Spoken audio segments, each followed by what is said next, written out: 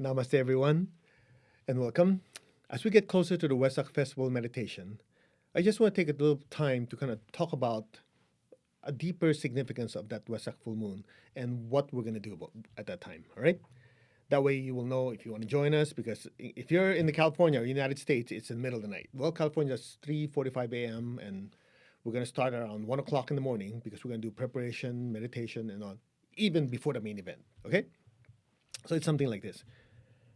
The Lord Buddha, before he left the body, gave instructions that every year his teachings have to be given to the world to remind the world, every person, every being. Okay, I'm going to get a little weird on you.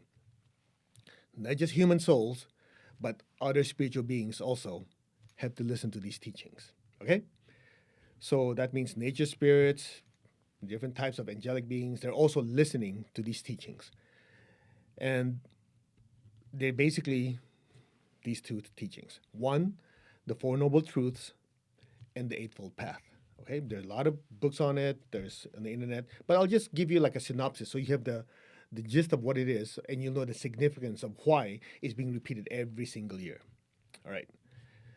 So the Four Noble Truths basically says there's suffering in life. What are the causes of that suffering? This suffering can end, and how to end it. That's the Four Noble Truths. The easiest way to understand it is suffering is the ailment. What are the causes of that ailment? Like you go to the doctor, before they treat you, they got to know what caused it, right? That treatment, because they know with this treatment, this can be cured. That ailment called suffering can be cured. And the fourth one is, what is the medicine? That's why the Lord Buddha has oftentimes been called the great physician, okay? To heal the soul. All right. So there's suffering in life, cause of suffering, the suffering can end, and how to end it, which is the medicine. So the medicine is the Eightfold Path. Right viewpoint, right thoughts, right words, right actions. Of course, if you have right viewpoint of what's going on, you know how to think, you know how to talk, you know how to act. You put that all together, that's called livelihood. Right livelihood is the next one. And from there, you go from the material to the spiritual. Next Eightfold Path is right spiritual effort. And from there, right awareness and right oneness. Okay? So during the full moon, according to the instructions of the Buddha, this Four Noble Truths, the Eightfold Path, has to be taught again and again, year after year after year, to remind humanity of these powerful truths so that life will have less suffering. Just to simplify it for you. Now, the question you should ask is, why are they giving the same sermon every year? Why is that same talk being given? And I remember many years ago, I was listening to Tony Robbins, and he was saying something to the effect, he goes, there's this preacher. And this preacher said said this sermon this weekend, this Sunday.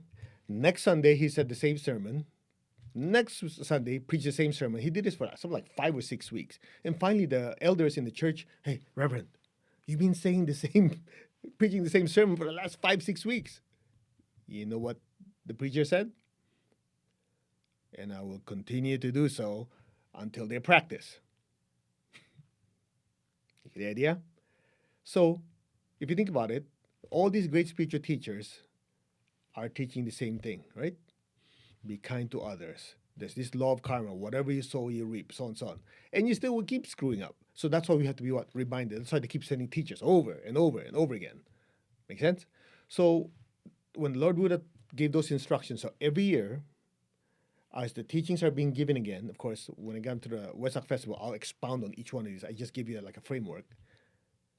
So it reminds us of this deep spiritual truth. And after that is when we do the Wesak Festival meditation, where there are massive amounts of spiritual energy to galvanize these truths into our system. So the following year, as we internalize these teachings, our lives get better. Our spiritual development increases. So every year, as we study, meditate, we grow. So it goes like this. So every year, you're going this way. While the general population, if they're not aware of it and they do anything about it, they're like this. Make sense? That's the difference of having spiritual teachings and no spiritual teachings. Now, so what are we doing with this preparation thing, because you guys don't have to join the purification and preparation thing we're doing 7 days before. You don't have to, because all of you are welcome to join the full moon Wesak festival meditation. That's available to everyone. We'll give you the links and everything as we get closer. This is for us to go a little deeper, because I can only cover so much in 2 hours. Because what we're going to do, 1 o'clock, the meditation starts at 3. We have an hour and a half of talk and some preparation before the main event. So I thought about it, what if we just go in depth into it? So for 7 days, starting April 30, for 1 week, we're going to dive into the Eightfold Path. Not Four Noble Truths, Eightfold Path. What is right viewpoint? From the spiritual perspective, what is right viewpoint? Right viewpoint. Who am I? We covered that in the earlier segment. And now I know who I am. How do I use this right viewpoint to change the way I think? So that's the next one, right? What is right thinking? A simple example is when somebody starts screaming and yelling at me, what would be the right thinking? Most of us don't even think. We just react by screaming and yelling back. In reality, we go, okay, right thinking. This person screaming, yelling, why is this person thinking? You're the observer.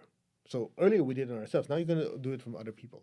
So right thinking would be, okay, this person going through a difficult time. Then after that, what is right speech? What should I say not to irritate this person even further? And what should I do physically? Should I hug that person? Should I make him feel better? You get that point? How to apply the Eightfold Path into our lives. So by the time we internalize that, full moon comes along, it's just a matter of cementing it into our consciousness.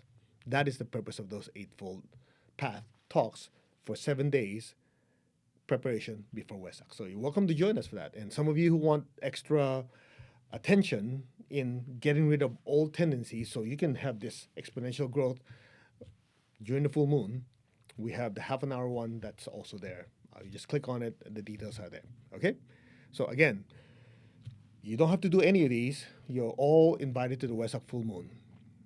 Okay? It's online. You're going to meditate and bliss out of your mind. That's wonderful, great. For the ones who want an extra and extra preparation so you get really maximize it, this is the first time we're doing it for 7 days in a row, because I really feel that if we do it day after day after day, by the time you get to the full moon, you would have a complete emotional, mental shift so that your consciousness will be ready for that energy coming in and your life will just turn around if that's what you want. All right. So, namaste, everyone. Take good care and live super energized.